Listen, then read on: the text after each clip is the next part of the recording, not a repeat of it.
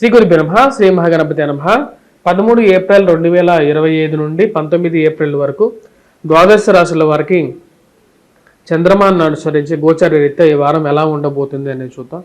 ఈ వారం మనం గమనించినట్లయితే ముందుగా గ్రహస్థితి రీత్యా వచ్చినప్పటికీ రాహువుతో శని, బుధుడు, శుక్రుడు, రవి కలయిక అనేది ఉంది. 14వ తారీఖున రవి యొక్క మార్పు మేషంలోకి మారుతున్నది. అదేవిధంగా ఈ యొక్క వారంలో కేతువు యొక్క సంచారం అనేది, కేతువు యొక్క స్థితిలో ఎటువంటి మార్పు లేదు. కేతువు యొక్క స్థితి కన్యలో కొనసాగుతూ ఉన్నది.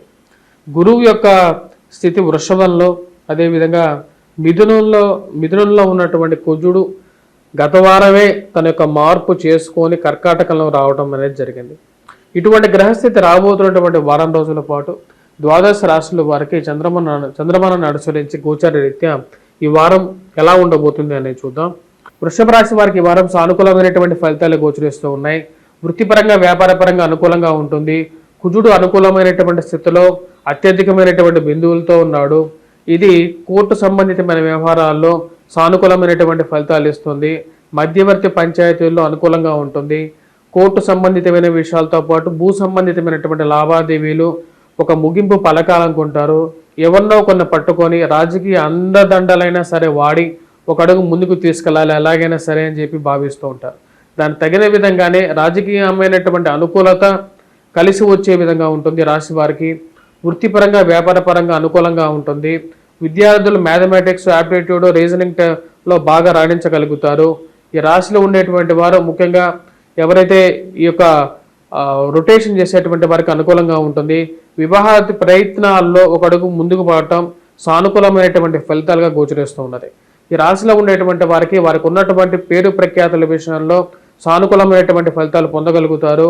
రాజకీయమైనటువంటి అనుకూలమైనటువంటి స్థితి యోగాన్ని ఇస్తుంది రాశిలో ఉండేటువంటి వారికి. స్త్రీలకు అనుకూలమైనటువంటి ఫలితాలు గోచరిస్తూ ఉన్నాయి. కార్యదీక్షతో ఒక అడుగు ముందుకు వెళ్ళగలుగుతారు.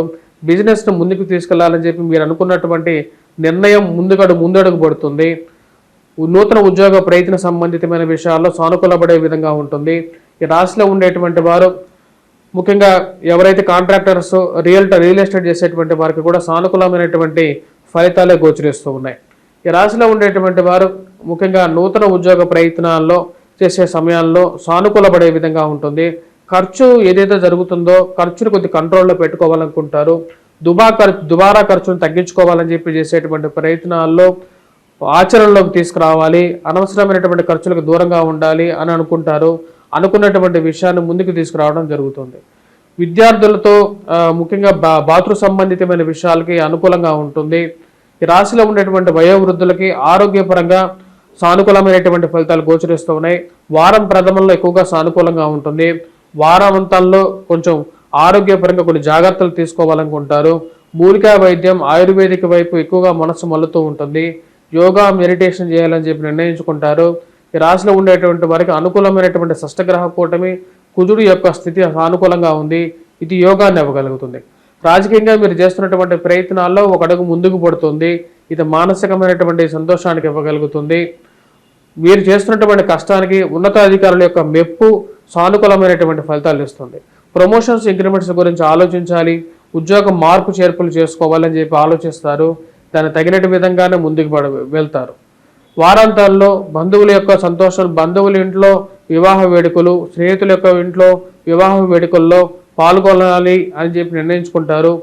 తెలిసినటువంటి వారికి ఇంట్లో వివాహం జరుగుతుంది, వారికి వివాహం ఖాయమైంది అని చెప్పి శుభకార్యం జరగబోతుంది అనేటువంటి విషయాన్ని తెలిసి మానసికంగా ఆనందాన్ని పొందగలుగుతారు.